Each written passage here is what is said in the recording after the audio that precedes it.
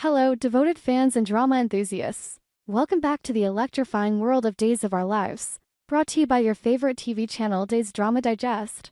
We're the ultimate hub for all things soap opera sensational, where every twist, every tear, and every tantalizing secret comes alive in vivid detail. Today, we're diving deep into the heart-pounding events that transpired on December 5th, 2025, a day that will go down in Salem's tumultuous history as one filled with kidnappings, courtroom chaos, forbidden romances, and shadowy pasts resurfacing like ghosts from a forgotten grave. If you're craving the full visual spectacle, don't forget to check our exclusive summary video on the channel. It's packed with clips that will leave you on the edge of your seat.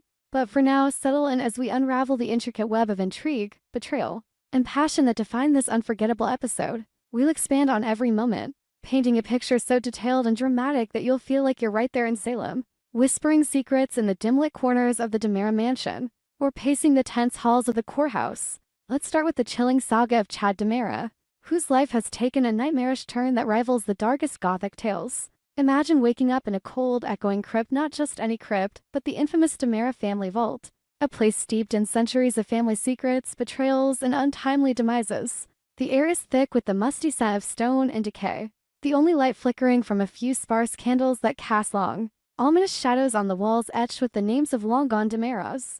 This is where Chad finds himself on this fateful December morning, his head throbbing from the brutal attack that landed him here. Disoriented and groggy, he blinks against the dimness, his mind racing to piece together the fragments of memory, the sudden assault, the darkness closing in, and now this imprisonment in a tomb that feels more like a prelude to eternal rest than a temporary holding cell. As Chad stirs, his eyes adjust to the figures hovering nearby, his siblings, Tony and Kristen DiMera, themselves captives in this macabre family reunion. Tony, ever the poised aristocrat with his impeccable suit now rumpled and dust-streaked, approaches with a mix of relief and grim resignation. "Chad, thank God you're awake," he says, his voice echoing off the stone walls like a somber toll. Kristen, her sharp features twisted in frustration and a hint of vulnerability she rarely shows, kneels beside him, her eyes flashing with the fire that defines her unyielding spirit. Together, they deliver the devastating news: Chad is the latest victim in a sinister wave of DiMera kidnapping. Geez, no ransom demands, no clues, just an invisible hand plucking them one by one from their lives and sealing them away in this underground lair. The trio huddles in the crypt's confined space, surrounded by shelves of ancient relics and forgotten heirlooms that whisper of the DiMera legacy's bloody past. Tony gestures to the stockpiles of food and water tucked in the corners, canned goods, bottled refreshments, even some rudimentary comforts like blankets and a portable heater. "Look at this," he mutters, his tone laced with dread. "It's not a quick grab. This kidnapper plans to keep us here indefinitely. We're provisioned like prisoners in a siege." Kristen nods, her manicured nails tapping anxiously against a stone ledge. "And it won't stop with us. The DiMeras are a target." Stefano's shadow still looms large. "Who knows who's next? EJ? Anna? Or worse?" Her voice trails off, but the implication hangs heavy. This could be the beginning of a full-scale family annihilation. Chad, rubbing his bruised temple, absorbs the horror with a sinking heart. His thoughts immediately turn to Theo Carver, his half-brother whose vulnerabilities make him an easy mark in this escalating nightmare. "Theo, he could be next," Chad whispers, his voice cracking with paternal fear. But the stakes are even higher for Chad personally.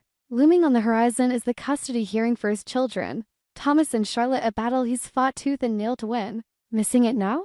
It's catastrophic. I can't just vanish like this," he protests, pacing the narrow confines of the crypt as much as his restraints allow. The thought of his kids, innocent and trusting, believing he abandoned them on Thanksgiving, a holiday meant for family warmth, and gratitude twists like a knife in his gut. "They'll think I skipped out on purpose. That I don't care. God, what have I done to deserve this?" The distress builds like a storm cloud over Chad's soul. He envisions Thomas's wide-eyed confusion, Charlotte's tiny hands reaching for a father who's not there. The DiMera name, once a shield of power, now feels like a curse, dragging him into depths from which escape seems impossible.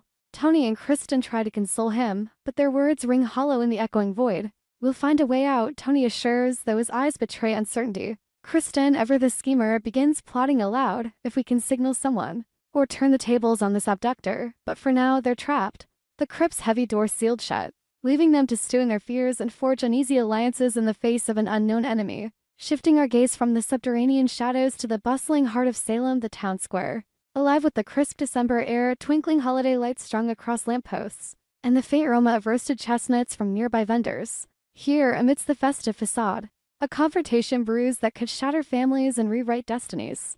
Cat Grant, with her calculated poise and eyes that hide a multitude of schemes, corners Jennifer Horton Devereaux. Jennifer, still grieving losses and fiercely protective of her loved ones, stands her ground, her posture rigid with defiance. Kat, sensing the urgency of Chad's absence, proposes a deal, a temporary truce to postpone the custody hearing until Chad can reappear. Think about the children, Jennifer, Kat urges, her voice smooth as silk but edged with desperation. We both want what's best. Let's delay this until he's back. No games, just fairness. It's a ploy born of self-preservation. Without Chad, her position weakens and she knows it. But Jennifer, her face flushing with righteous anger, isn't buying it. A deal? With you, she retorts, her words sharp as daggers. You're nothing but a predator, circling like a vulture. You've manipulated and schemed your way through this town, and I won't let you touch those kids.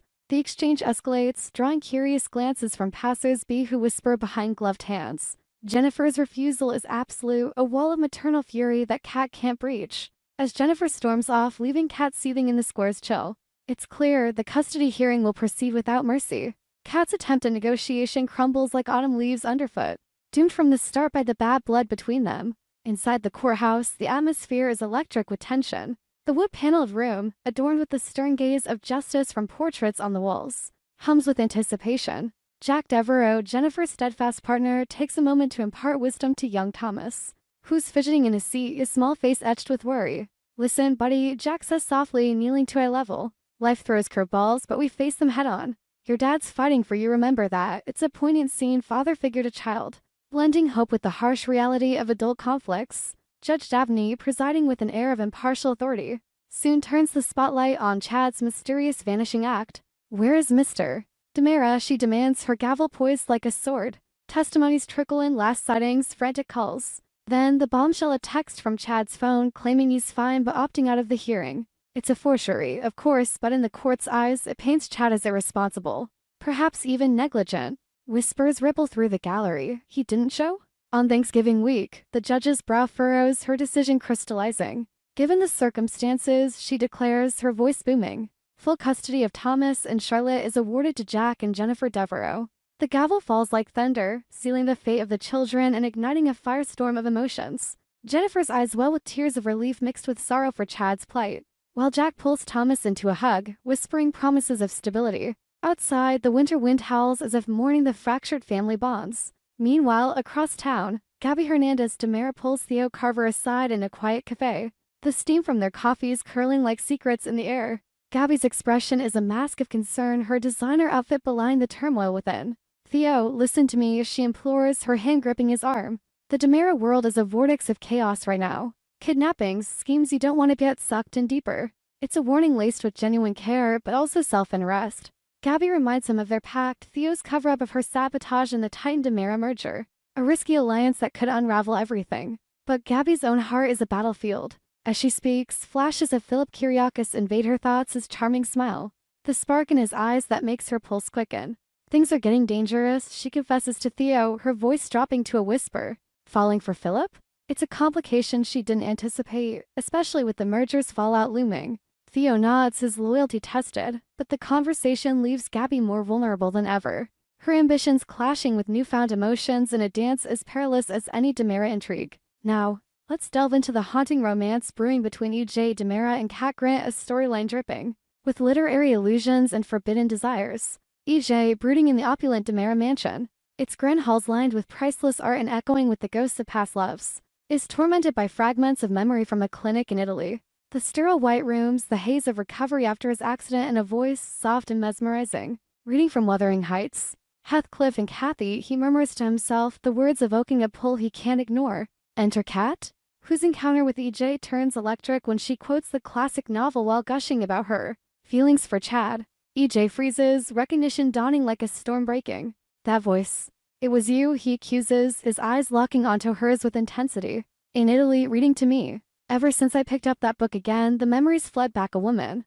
Her words wrapping around me like a lifeline. Kat feigns surprise. Her amnesia claim a convenient shield. I don't remember much after my accident, she demurs, but admits to being sent to an Italian specialist. The pieces click, their inexplicable draw, the magnetic connection that defies logic. EJ's confession deepens the drama. This explains everything, why I'm drawn to you, why we share this bond, Kat. playing her role to perfection, presses for more. I have questions too, she says, her tone laced with fox innocence. EJ, ever the gentleman with a roguish edge, extends an invitation, dinner tonight. We'll discuss it over Italian cuisine, perhaps it'll jog our memories. Kat accepts with a sly smile. Perfect. Let's uncover the past. As they part, Kat's mind races with schemes. Back at her lair sleek apartment overlooking Salem's twinkling lights, she plots her next move. Now the plan begins, she thinks. Her reflection in the mirror showing a woman transformed by ambition. EJ, alone in the mansion, pores over Wuthering Heights. Each page unlocking more recollections, Kat's gentle touch, her soothing voice amid his pain. When she returns later, the air crackles with tension. Their conversation flows like wine, but Kat's agenda simmers beneath. In the episodes to come, the drama escalates to fever pitch. Kat, bold and unyielding, will lock lips with EJ in a passionate kiss that blurs lines between genuine spark and manipulation. And then, the twist, she'll slip a drug into his drink. Her hands steady as she watches the potion dissolve. Pre-dinner drama? It's an understatement. EJ's world will spin into oblivion, secrets unraveling in a cascade of betrayal and desire. There you have it, folks, the pulse-pounding recap of December 5th on Days of Our Lives. From the crypt's despair to courtroom victories, from warnings in cafes to literary liaisons. Salem never sleeps. We hope you enjoyed it and look forward to sharing more with you in the future. Don't forget to like, comment, and subscribe TV Days Drama Digest for more updates on Days of Our Lives.